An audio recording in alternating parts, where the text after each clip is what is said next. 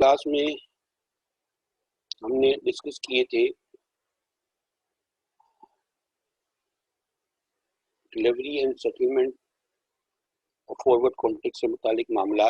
हमने कहा था कि जी दो कॉन्ट्रैक्ट हो सकते हैं। Number one is deliverable forward contract and the other is cash settled forward contract, जिसमें हमने ये बात की थी कि डिलीवरेबल फॉरवर्ड कॉन्ट्रैक्ट जो है उसमें at the time of maturity of the contract या जब कॉन्ट्रैक्ट की टर्मिनेशन का वक्त आएगा तो जो शॉर्ट होगा वो डिलीवरी प्रोवाइड करेगा और जो लॉन्ग पार्टी होगी वो पेमेंट करेगी या डिलीवरी वसूल करेगी। इन केस ऑफ कैश सेटलमेंट हमने ये बात की थी कि एक ऐसी पार्टी जो लॉस में होगी वो पेमेंट करेगी उस पार्टी को जो गेन में होगी। Either party can be in profit और लॉस, दोनों चीजें पॉसिबल हैं। फिर हमने ये बात की थी कि तीन टाइप्स ऑफ कॉन्ट्रैक्ट होते हैं, equity forward, bond and interest rate forward contract और करेंसी फॉरवर्ड कॉन्ट्रैक्ट। जिसमें से हमने डिटेल डिस्कशन किया था इक्विटी फॉरवर्ड कॉन्ट्रैक्ट पर, और हमने ये कहा था कि जी इक्विटी फॉरवर्ड कॉन्ट्रैक्ट में भी तीन टाइप के कॉन्ट्रैक्ट हो सकते हैं। The one is forward contract for on individual stocks, जिसमें ये था कि एक कोई कस्टमर या एक कोई इन्वेस्टर फ्यूचर के रिस्क को मिटिगेट करने के लिए एक फॉरवर्ड कॉन्ट्रैक्ट में इंगेज हो जाता है। वो फॉरवर्ड कॉन्ट्रैक्ट में किसी स्टॉक को, इंडिविजुअल स्टॉक को सेल भी कर सकता है, फॉरवर्ड कॉन्ट्रैक्ट में किसी स्टॉक को बेच भी सकता है। Buying and selling both are possible, और इस तरह वो अपने रिस्क को मैनेज कर लेता है। फिर हमने इस पर दो या चार, मेरा ख्याल है दो क्वेश्चन शायद हमने किए थे इंडिविजुअल स्टॉक्स पर, ये चार क्वेश्चंस भी किए थे। उसके बाद हमने कहा था कि जी एक स्टॉक पोर्टफोलियो पर भी फॉरवर्ड कॉन्ट्रैक्ट पॉसिबल है कि अगर आप कंफर्म है कि जी कौन सा स्टॉक पोर्टफोलियो होगा, कौन से शेयर्स होंगे, कितने शेयर्स होंगे और कब आपको जो है वो उसको खरीदना या बेचना है, तो अपनी नीड के हिसाब से आप एक पर्टिकुलर पोर्टफोलियो के लिए भी किसी फॉरवर्ड कॉन्ट्रैक्ट में एंगेज हो सकते हैं। बोथ डिलीवरेबल भी पॉसिबल है और कैश सेटल भी पॉसिबल है। अगेन डिलीवरेबल में आप जो है वो पोर्टफोलियो प्रोवाइड करेंगे और पेमेंट वसूल करेंगे, और अगर आप लॉन्ग हैं तो आप पेमेंट करेंगे और पोर्टफोलियो रिसीव करेंगे, शेयर रिसीव करेंगे। देन हमने ये बात की थी कि फॉरवर्ड कॉन्ट्रैक्ट स्टॉक इंडेक्सेस पर भी पॉसिबल है when you are not sure. अगर आप ये श्योरिटी ना रखते हो कि फ्यूचर में आपको कौन से पर्टिकुलर शेयर्स किस तादाद में सेल करने हैं, तो आप ये ऑप्शन यूज कर सकते हैं कि फ्यूचर इंडेक्स की वैल्यू पर आप जो है वो कोई फॉरवर्ड कॉन्ट्रैक्ट कर लें। डिपेंड करेगा कि आज इंडेक्स की वैल्यू क्या है और फॉरवर्ड में इंडेक्स की वैल्यू जब डेट आती है कॉन्ट्रैक्ट की टर्मिनेशन की या कॉन्ट्रैक्ट की मैच्योरिटी की, उस वक्त क्या सूरत हाल होती है। उसके बाद हमने ये क्वेश्चन नंबर 1 2 3 4 5 6 7 8 9 10 ये 10 क्वेश्चन कर लिए थे जहाँ तक मेरी याददाश्त है। यहाँ पर हमारी लास्ट क्लास जो है वो एंड हुई थी। अगर इस सारी बात में कोई ऐसी बात है जो आप पूछना चाह रहे हो, आप में से कोई साहब हो या कोई स्टूडेंट हो जो क्वेश्चन पूछना चाह रहे हो या चाह रही हो, तो पहले आप वो पूछ लें, फिर हम बात को थोड़ा सा आगे बढ़ाएंगे। अपने तौर पर मैंने थोड़ा सा आपको जो है वो बता दिया है। Is there any question?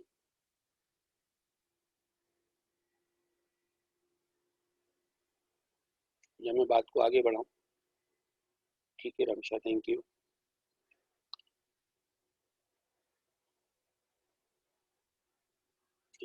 अच्छा, आज जब क्लास खत्म होगी उसके बाद में कोई, मेरा ख्याल है मैंने एक असाइनमेंट आप लोगों के लिए बनाया है, क्योंकि जो मेरी बात हुई यूनिवर्सिटी में वो ये है कि गालिबन मिड टर्म एग्जाम नहीं होगा और तरीक़ाकार ये होगा जिस तरह पिछले सेमेस्टर में था कि 50 मार्क्स का फाइनल एग्जाम था और 50 मार्क्स के असाइनमेंट थे। इसी तरह की सिचुएशन थी। क्या ख्याल है खुरम साहब, ऐसा ही था पिछले सेमेस्टर में? बिल्कुल सर, ऐसे ही था। हाँ, तो फिर मेरी बात हुई है यूनिवर्सिटी में, तो यही उन्होंने कहा है कि जी 50 मार्क्स के आप असाइनमेंट दे दीजिएगा और 50 मार्क्स जो है वो फिर फाइनल एग्जाम हो जाएंगे। तो फिर असाइनमेंट जो है वो इसी तरह से होंगे, मतलब आप असाइनमेंट अगर कर लेंगे तो आप समझ लें आप फाइनल एग्जाम के लिए प्रिपेयर हो जाएंगे। जिसने असाइनमेंट यहाँ वहाँ से कॉपी किया तो उसके लिए प्रॉब्लम होगा, लेकिन जिसने खुद असाइनमेंट सॉल्व किया होगा वो फाइनल एग्जाम के लिए भी उसकी प्रिपरेशन हो जाएगी। नहीं कि असाइनमेंट मैं इस तरह नहीं दूंगा कि आपको जो है वो उसके लिए कोई अलग मेहनत करनी पड़े, फिर फाइनल एग्जाम के लिए अलग मेहनत करनी पड़े। If you will solve assignment तो आपकी ऑटोमेटिकली वो फाइनल एग्जाम की भी प्रिपरेशन हो जाएगी। तो एक असाइनमेंट मैंने बना लिया, लेकिन मुझे उसको ज़रा सा एक नज़र डालनी है, फाइनल करना है, तो मे बी मोस्ट प्रोबेबली आज रात तक या कल तक मैं एक असाइनमेंट आपको दे दूंगा। 10 to 15 मार्क्स का हम असाइनमेंट करेंगे। जो चैप्टर 1 हमने पढ़ा था, चैप्टर 1 की मेरा ख्याल है एक क्लास हमने फिजिकल भी ली थी, उस वहाँ से कुछ एक दो क्वेश्चन होंगे, और चैप्टर 2 में जो हमने कुछ क्वेश्चन पिछली क्लास में किए थे इस तरह के भी क्वेश्चन होंगे असाइनमेंट में, और कुछ जो आज करेंगे वो भी होंगे चैप्टर 2 के question.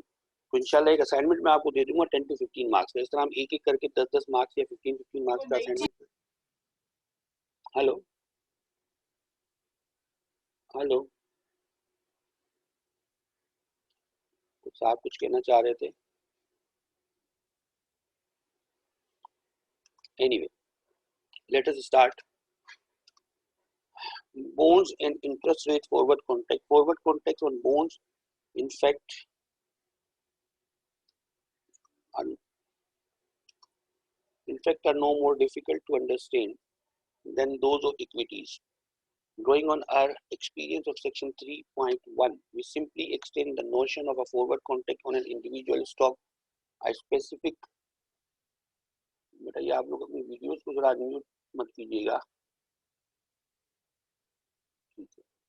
We simply extend the notion of a forward contract on an individual stock, a specific stock portfolio or a stock index to that of a forward contract on an individual bond, a specific bond portfolio or a bond index. Similar to equities, बिल्कुल इस bond के case में भी possible है कि तीन type के contract हो। गेन एक इंडिविजुअल बॉन्ड को लेकर आप कॉन्ट्रैक्ट कर सकते हैं फॉरवर्ड में, एक स्पेसिफिक पोर्टफोलियो पर आप बात कर सकते हैं, और जिस तरह स्टॉक इंडेक्सेस होते हैं। पाकिस्तान में तो खैर बॉन्ड इंडेक्स नहीं है, पाकिस्तान में तो बॉन्ड इंडेक्स नहीं है, लेकिन इंटरनेशनली दुनिया के मुख्तलिफ ममालिक में, अमेरिका में, यूरोप में बॉन्ड के इंडेक्सेस भी होते हैं, बॉन्ड के इंडेक्सेस भी होते हैं। तो आप बॉन्ड इंडेक्सेस पर भी जो है वो कोई फॉरवर्ड कॉन्ट्रैक्ट ले सकते हैं, but not possible in Pakistan.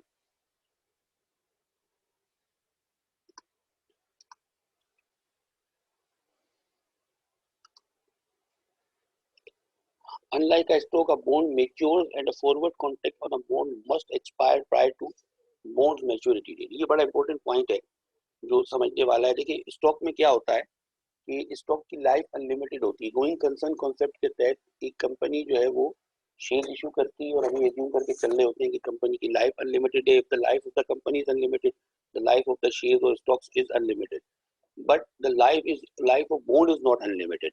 Bond की लाइफ एक पर्टिकुलर लिमिट पर होगी, 5 साल बाद, 10 साल बाद, 2 साल बाद, may be after 6 month, may be after 1 year bond mature होने।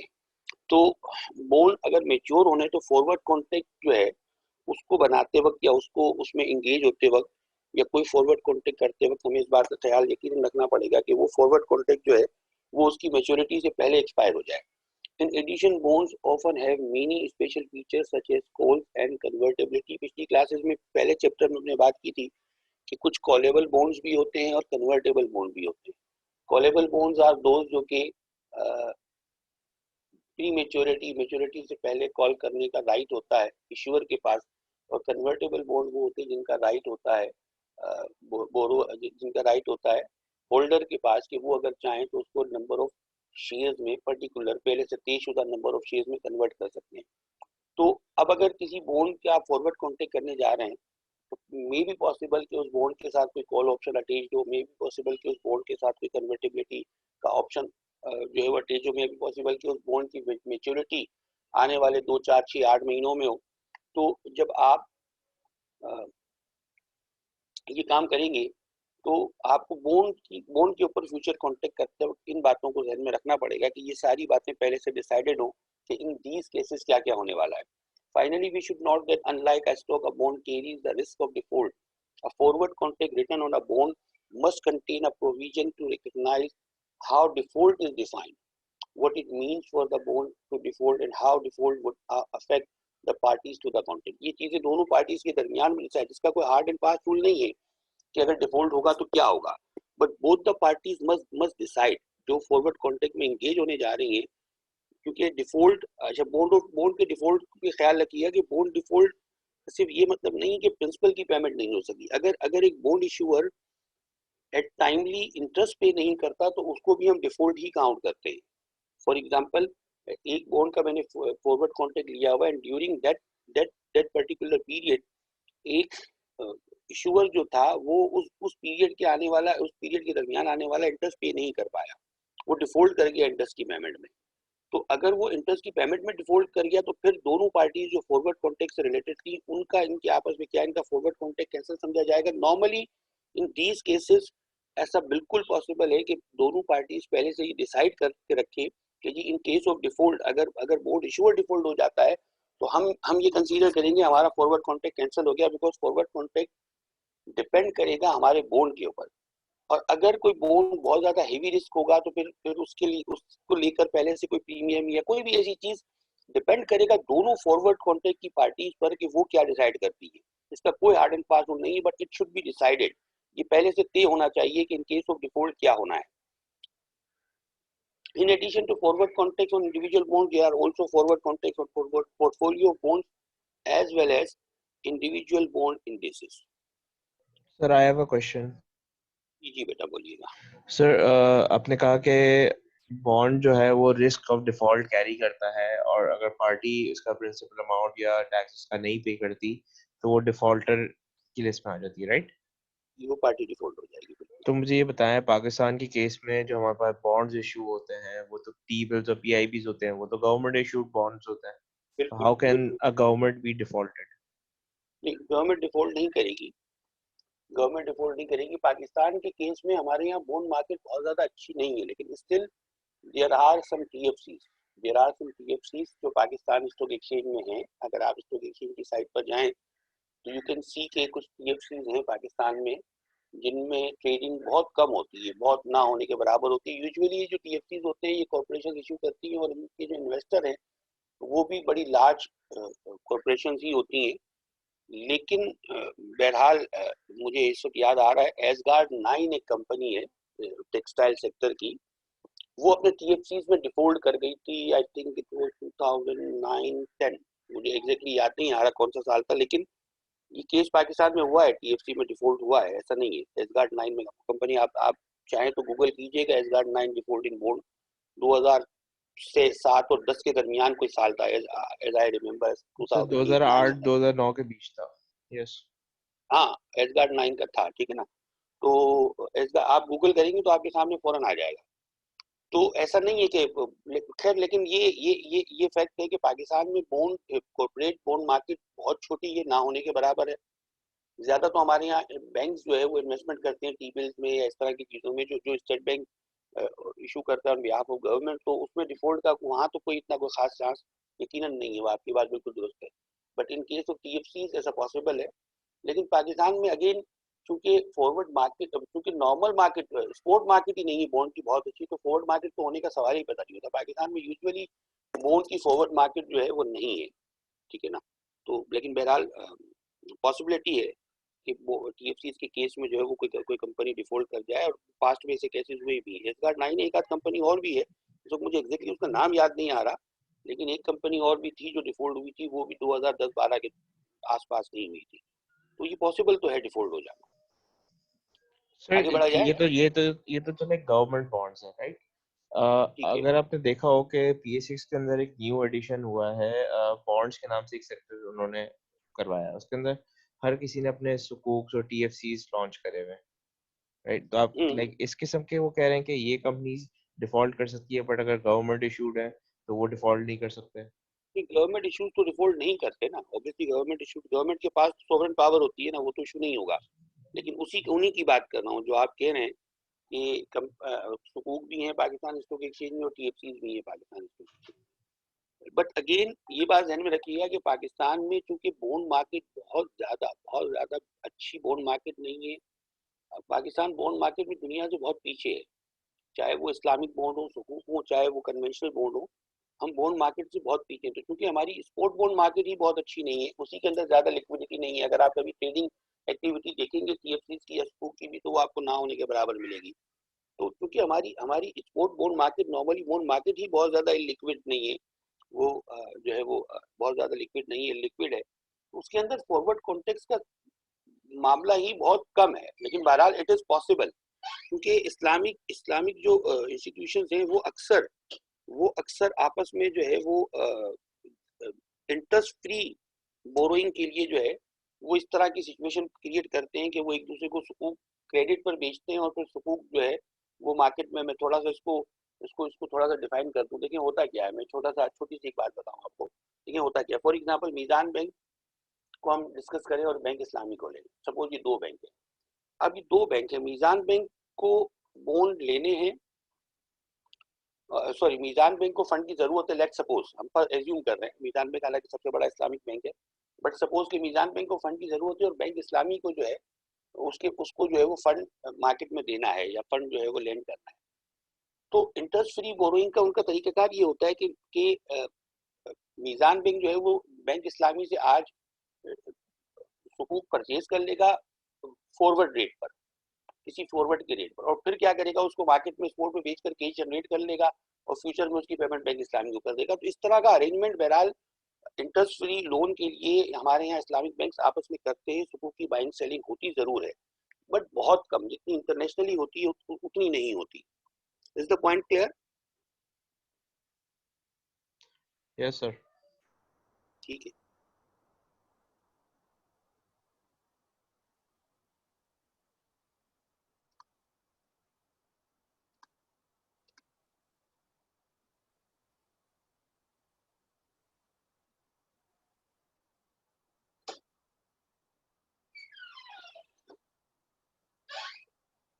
अमजद साहब, आप का क्वेश्चन है अमजद साहब का कि अगर लॉन्ग टर्म में जाएं तो रिटर्न, ऑब्वियसली बॉन्ड जो है अमजद साहब वो फिक्स इनकम सिक्योरिटी है, ठीक है ना, कोई भी बॉन्ड हो।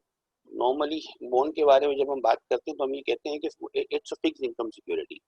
तो अगर आप फिक्स इनकम सिक्योरिटी की बात करेंगे तो वो तो जो फिक्स रेट है, सपोज आपने एक कन्वेंशनल बॉन्ड पर परचेज किया हुआ है जिसके ऊपर 10% रेट है या 8% रेट है या 6% रेट है, तो आप उस बॉन्ड को होल्ड करके रखें, एक दो साल के बाद उसको सेल कर दें, या आप उसको लॉन्ग टर्म में 10-20 साल तक होल्ड करके रखें, आपका रेट ऑफ रिटर्न तो सेम ही लेना है ना, उसके ऊपर 6%, 8%, 7%, जो भी उसके ऊपर कूपन रेट है, जो भी इंटरेस्ट रेट है, वो थोड़ा बहुत उसके ऊपर कैपिटल लॉस या गेन हो सकता है due to change in the market interest rate.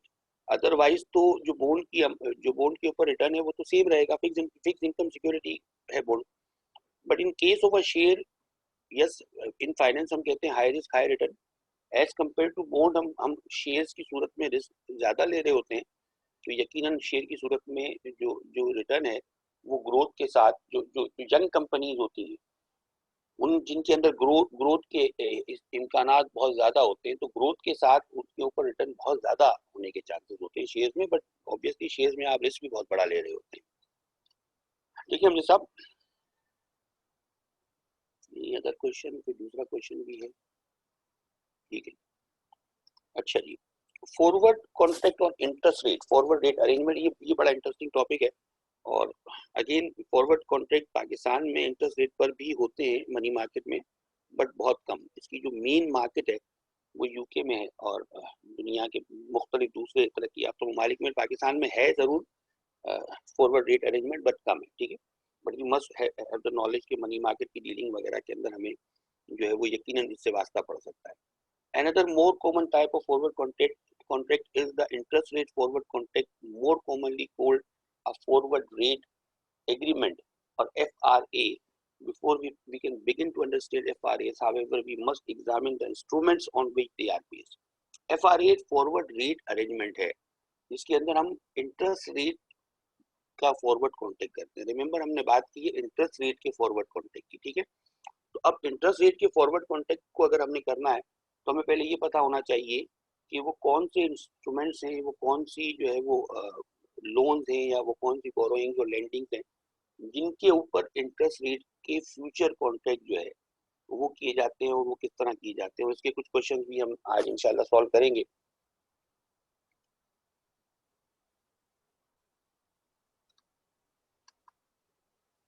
There is a large global market for time deposits in various currencies issued by large credit-worthy banks. This market is primarily centered in London but also exists elsewhere. The primary time deposit instrument is called the euro dollar. which is a dollar deposit outside the United States. Euro dollar, remember, euro dollar हम कहते हैं उस deposit को जो United states से बाहर कहीं deposit किया गया हो, which is a dollar deposit outside the United States. ठीक है जी. Banks borrow dollar from other banks by issuing euro dollar time deposits, which are essentially short term unsecured loan. Usually London के अंदर एक market है जिसके अंदर बहुत ज्यादा काम होता है और होता ये कि लंदन के अंदर जो बैंक्स हैं वो टाइम डिपॉजिट जो है, मतलब डिपेंड करेगा 6 मंथ का टाइम डिपॉजिट, 1 साल का टाइम डिपॉजिट, 2 साल का टाइम डिपॉजिट, बहुत शॉर्ट टर्म भी होते हैं, लॉन्ग टर्म भी होते हैं, बट ज्यादातर they are short term loan जो जो लंदन के अंदर एक प्रॉपर मार्केट सी है जहाँ मुख्तलिफ यूके के बैंक्स भी और दुनिया के दूसरे ममालिक के बैंक्स भी जो है वो वहाँ पर ये डीलिंग करते हैं और अपने टाइम डिपॉजिट इशू करके जो है वो लोन्स देते हैं और लोन्स लेते हैं एक दूसरे से. डिपेंड करेगा, कॉर्पोरेशंस भी यकीनन वहाँ लोन्स देती है और लेती हैं और वो डॉलर लोन जो यूरोप में या लंदन में या दुनिया के दूसरे ममालिक में आउटसाइड द यूएस ली जाते हैं, उनको हम कहते हैं euro dollar time deposit. In London, the rate on such dollar loans is called the London Interbank Rate. Although there are rates of both borrowing and lending, in the financial market, the lending rate called the London Interbank Offer Rate or LIBOR. LIBOR आपने सुना होगा पहले भी, एक दिन पाकिस्तान में भी एक रेट होता है काइबोर. जिस तरह लंदन में लाइबोर, इस तरह पाकिस्तान में उसकी जगह काइबोर है. जिस तरह हम इंटरबैंक बोरोइंग या लेंडिंग जो है हमारे यहाँ काइबोर पर होती है, इवन काइबोर प्लस के रेट्स भी होते हैं जो अमूमन बैंक अपने कस्टमर्स के साथ डील कर रहे होते हैं. KIBOR plus 100 basis point, KIBOR plus 200 basis point. उसी तरीके से लंदन में जो मार्केट है जहाँ यूरो डॉलर टाइम डिपॉजिट जो है वो मुख्तलिफ बैंक्स लेंड भी करते हैं, बोरो भी करते हैं, वहाँ पर जो रेट होता है वो होता है लंदन इंटरबैंक ऑफर रेट. हालांकि दोनों अलग अलग रेट होते हैं, याद रहे, बोरोइंग के रेट भी होते हैं, लेंडिंग के रेट भी होते हैं, लेकिन हम जो अमूमन जो बात करते हैं वो लेंडिंग के रेट की बात करते हैं. जिस रेट पर बैंक लेंड करने के लिए एग्री है, तो this is London interbank offer rate और LIBOR is more commonly use in derivative contracts. जब हम डेरिवेटिव पर बात करते हैं या डेरिवेटिव पर फ्यूचर इंटरेस्ट रेट के कॉन्ट्रैक्ट्स की बात करेंगे, तो सबसे पहले जो हम बात करेंगे वो नॉर्मली हम किसको यूज करेंगे, हम लाइबोर को यूज करेंगे कि लाइबोर जो होगा उसका क्या रेट होगा. अच्छा, लाइबोर के रेट जरा ख्याल रखिएगा, लाइबोर बैक वक्त जो है वो मुख्तलिफ रेट्स हो सकते हैं. यानी कि अगर 1 मंथ आप लोन लेना चाह रहे हैं तो उस पर लाइबोर का रेट कुछ और हो सकता है, 3 मंथ लोन लेना चाह रहे हैं तो उस पर लाइबोर का रेट कुछ और हो सकता है, 6 मंथ लोन लेना चाह रहे हैं तो उस पर लाइबोर का रेट कुछ और हो सकता है. LIBOR does not mean a single rate. LIBOR means a lending rate and offer rate by a bank, but for different maturities it can be a different rate. For 1 month maturity, even sometime bank जो है वो कुछ दिन के लिए भी, 15-20 दिन के लिए भी एक दूसरे से बोरिंग और लेंडिंग करते हैं. तो मुख्तलिफ मैच्योरिटीज पर या मुख्तलिफ टर्म्स के लोन पर लाइबोर का रेट मुख्तलिफ हो सकता है और होगा भी. तो जब हम डेरिवेटिव की बात करते हैं तो हमें दोनों बातों का हमारे दरमियान में होना चाहिए कि हम जो फॉरवर्ड कॉन्टेक्ट करने जाएंगे फॉर इंटरेस्ट रेट, तो उस पर हम बात करेंगे नंबर 1 लाइबोर की एंड नंबर 2 लाइबोर पर बात भी जो करेंगे तो हमें ये बिल्कुल तय होना चाहिए फॉरवर्ड कॉन्ट्रैक्ट के अंदर, ये बात बड़ी क्लियर होनी चाहिए कि हम 1 मंथ लाइबोर की बात करें, हम 3 मंथ लाइबोर की बात करें, हम 6 मंथ लाइबोर की बात करें, हम कौन से लाइबोर की बात करें, because all the LIBORs are different from each other. LIBOR is the rate at which London banks lend dollars to other London banks, even though it represents a loan outside of the United States. LIBOR is considered to be the best representative rate on a dollar borrowed by a private, that is non-governmental high quality borrower. ठीक है, United states में भी जो है वो LIBOR ही को जो है वो एक बेहतर रिप्रेजेंटेटिव समझा जाता है. हालांकि लाइबोर एक्चुअली यूके की मार्केट में यूज होता है, बट यूके की मनी मार्केट जो है यूरो डॉलर मार्केट के पॉइंट ऑफ व्यू से पूरी दुनिया की सबसे बड़ी मार्केट क्योंकि तस्वुर की जाती है, लिहाजा इस मार्केट का जो ऑफर रेट है, this rate is also considered the best representative also in USA and other countries of the world.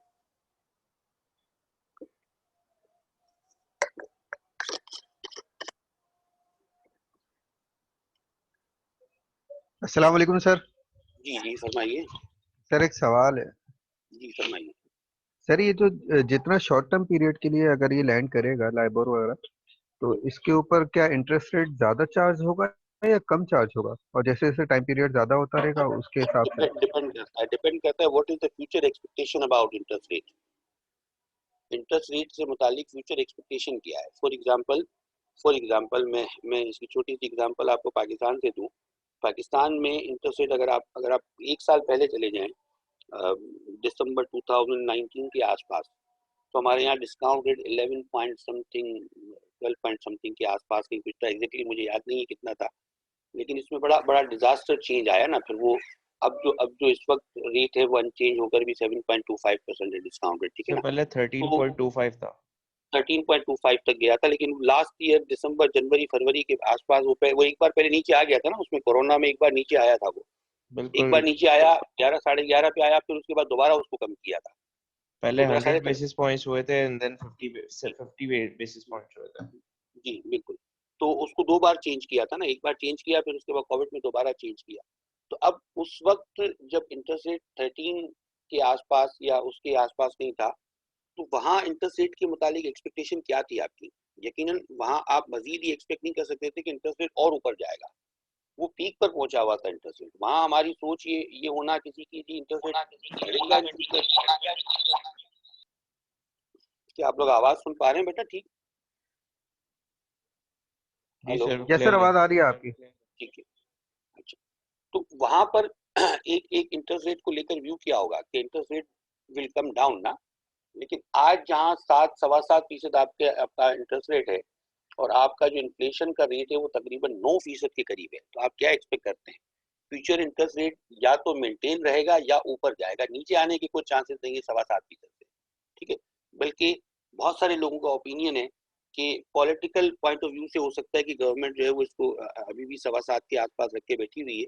But actually IMF के पास हम जा नहीं रहे, लेकिन अगर हम आईएमएफ के पास गए तो हमें इंटरेस्ट रेट को बढ़ाना पड़ेगा दोबारा से। तो अब अगर मेरी एक्सपेक्टेशन फ्यूचर के रेट को लेकर जो है वो ज्यादा है कि जी फ्यूचर रेट बढ़ जाएगा या फ्यूचर रेट बढ़ सकता है, तो फिर उसकी बुनियाद पर जो जो फ्यूचर इंटरेस्ट रेट के मुतालिक आम नॉर्मल मार्केट परसेप्शन होगा, उसके ऊपर डिपेंड करेगा कि रेट ऑफ इंटरेस्ट क्या हो रहा है या क्या होना चाहिए मुख्तलिफ कॉन्टेक्स्ट पर। 3 मंथ पर क्या होना चाहिए, 6 मंथ पर क्या होना चाहिए, 1 ईयर लाइबोर पर क्या होना चाहिए। It will depend, totally depend on the future interest rate expectation कि फ्यूचर इंटरेस्ट रेट की एक्सपेक्टेशन क्या होगी। ठीक है जी। A euro dollar time deposit is structured as follows. Let us say it London bank such as NatWest needs to borrow $10 million for 30 days. It obtains a quote from the Royal Bank of Scotland for a rate of 5.25%.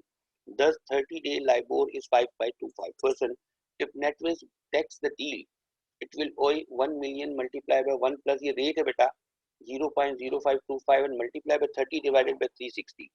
जो चीज note करने वाली है वो ये है कि interest rate की डीलिंग लाइबोर या जो फाइनेंशियल मार्केट है लंदन की, वहां पर 365 डेज पर नहीं होती, 360 डेज पर होती है। और हर महीना 30 डेज का महीना काउंट होता है।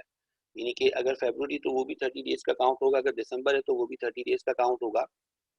तो अगर अगर हमने हमने एक टाइम डिपॉजिट है वो उसमें एक नेटवेस्ट बैंक ने लोन लिया किसी दूसरे बैंक से 1 मिलियन का, तो क्या होगा, वो कितने पैसे जो है वो उसको देने होंगे, या जो वो ओई करेगा at the time of lending the amount, तो वो कितना होगा। उसके लिए रेट क्या हुआ 1 + R is the interest rate and multiply by 30 divided by 360 10043750 30 days में। जो चीज नोट करने वाली है वो ये है, बड़ी सिंपल सी, कि जो 360 डेज का जो जो कन्वेंशन है वो यहाँ यूज होगा, और हर महीना कांस्टेंट 30 डेज का यूज होगा। आगे जो हम इंटरेस्ट रेट की कैलकुलेशन करेंगे तो वहां भी हम कांस्टेंट जो है वो 30 डेज पर मंथ काउंट करेंगे और ईयरली 360 डेज काउंट करेंगे। The market for euro dollar time deposit is quite large, and the rates on these instruments are assembled by a central organization and quoted in financial newspapers. The British Bankers Association publish a semi-official euro dollar rate compiled with an average of the quotes of London banks. The US dollar is not the only instrument for which such time deposits exist. Euro sterling, for example, trades in Tokyo, and euro yen trades in London. A euro denominated loan in which one bank borrows euros from another trading in euros, and euro deposit occurs in most major world cities. One and two similar rates on such euro deposits are commonly quoted. One called Euro LIBOR is compiled in London by the British Bankers Association, and the other called Euribor is compiled in Frankfurt and published by the European Central Bank. बड़ी simple सी बात है कि जिस तरीके से US dollar time deposits होते हैं, इस तरीके से मुख्तलिफ दूसरी करेंसीज में भी टाइम डिपॉजिट रेट हो सकते हैं. They are euro sterling, euro yen and other currencies. Again जो यूरो का जो लोन होगा, जो कि होगा ही इन करेंसी यूरो, वो लोन जो इन करेंसी यूरो होगा वो भी होगा, और उस पर जो रेट होगा that rate is called euro LIBOR. तो अगर ये डिपेंड करेगा नीड पर ना, ये जरूरी तो नहीं कि एक कॉर्पोरेशन हमेशा डॉलर में अपनी अपनी पोजीशन का जो है वो फॉरवर्ड रेट हेज करना चाहे. ऐसा भी तो हो सकता है कि आप अपनी पोजीशन को यूरो स्टर्लिंग में जो है वो हेज करना चाह रहे हो क्योंकि आपकी जरूरत स्टर्लिंग में बोरोइंग या लेंडिंग की है.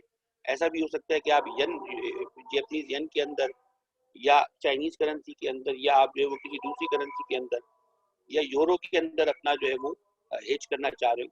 तो जो यूरो के अंदर आप रेट यूज करेंगे उसको कहा जाता है यूरो लाइबोर, या दैट इज टर्म्ड एज यूरिबोर.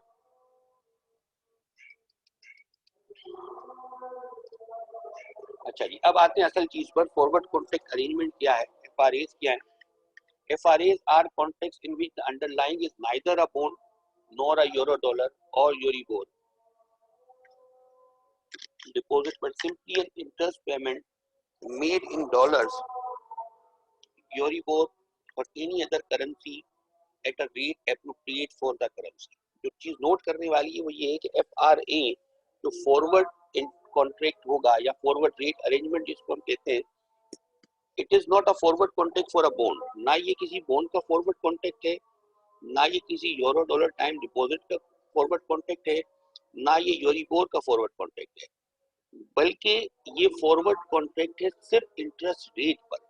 यानी कि हम जो फॉरवर्ड कॉन्ट्रैक्ट करेंगे अपने अपने किसी फ्यूचर के लोन के पॉइंट ऑफ व्यू से हम इंटरेस्ट रेट को आज हेज करने जा रहे हैं, और हम सिर्फ और सिर्फ जो है वो बगैर कोई प्रिंसिपल अमाउंट को एक्सचेंज हुए, यानी कि लेंडर ने बोरोवर को कोई प्रिंसिपल अमाउंट ना देना है ना लेना है, बगैर किसी रेट के एक एज्यूम्ड प्रिंसिपल अमाउंट पर सिर्फ इंटरेस्ट रेट का कॉन्ट्रैक्ट करेंगे. और वो ये जो पूरी स्टोरी हम पढ़कर आए कि ये एक बैंक है लंदन में जो दूसरे बैंक को बोरो करेगा, या लाइबोर क्या होता है या यूरिबोर क्या होता है, इस पूरी स्टोरी का मकसद ये है कि ये जो हमारा फॉरवर्ड कॉन्ट्रैक्ट होगा, एफआरए होगा, ये कॉन्ट्रैक्ट बेस कर रहा होगा सिर्फ और सिर्फ उस इंटरेस्ट रेट पर जो उस टाइम डिपॉजिट में होता है. यानी कि एक practically time deposit London market में होता है जो एक बैंक दूसरे बैंक को देता है, या एक कंपनी बैंक से लेती है या एक बैंक कंपनी को देती है. वहां जो मुख्तलिफ इंटरेस्ट रेट यूज होते हैं, लाइबोर यूज होते हैं फॉर डिफरेंट मैच्योरिटीज, या यूरिबोर यूज होते हैं फॉर डिफरेंट मैच्योरिटीज या दूसरी करेंसीज के लिए, उन रेट्स को बेस बनाकर हम फॉरवर्ड कॉन्ट्रैक्ट करते हैं फॉर इंटरेस्ट रेट. यानी कि हमारा जो अंडरलाइंग होता है वो होता है बेसिकली वो इंटरेस्ट रेट जो मुख्तलिफ टाइप के लाइबोर्स या मुख्तलिफ मैच्योरिटीज के लाइबोर्स पर यूज हो रहा है, उसको बेस बनाकर, जिस तरह हमने लास्ट क्लासेस में बात की थी, इंडेक्सेस को बेस बनाया था. आपको अगर याद हो तो हमने बेस बनाया था कि जी 6000 पॉइंट पर हमने इंडेक्स को जो है वो परचेज कर लिया था, और फिर बाद में इंडेक्स का रेट 6000 से ऊपर चला गया या 6000 से नीचे आ गया तो मैंने केस सेटलमेंट जो है वो कर ली.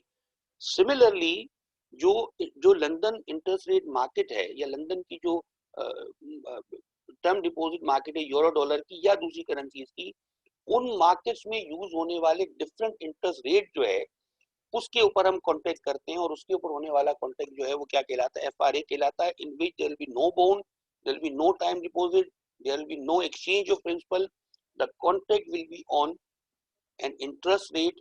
एक इंटरेस्ट रेट पर हम कॉन्ट्रैक्ट करेंगे जिसमें आज हम या तो इंटरेस्ट रेट पर कोई लोन, एज्यूम्ड लोन जो है वो बाय कर लेंगे, लॉन्ग हो जाएंगे, या हम शॉर्ट हो जाएंगे. Is it clear? Is the point clear?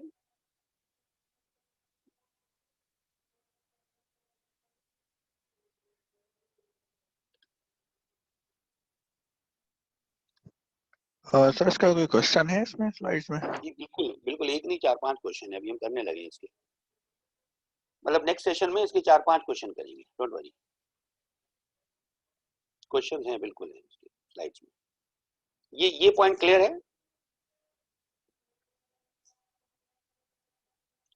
Is the point clear?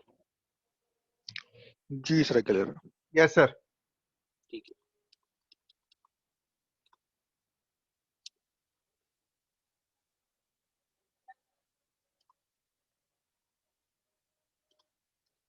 Consider an FRA expiring in 90 days, हम एक एक्सपायरी को कंसीडर कर रहे हैं FRA को जो कि 90 डेज में एक्सपायर हो रहा है, for which the underlying is 180 days LIBOR. अब ये दो बातें जरा समझिएगा, 90 डेज में FRA एक्सपायर हो रहा है। FRA क्या है? FRA is a contract between the two parties, जिसमें दोनों पार्टीज ने किसी फ्यूचर इंटरेस्ट रेट के ऊपर आज जो है वो फॉरवर्ड कॉन्ट्रैक्ट किया हुआ है, ठीक है।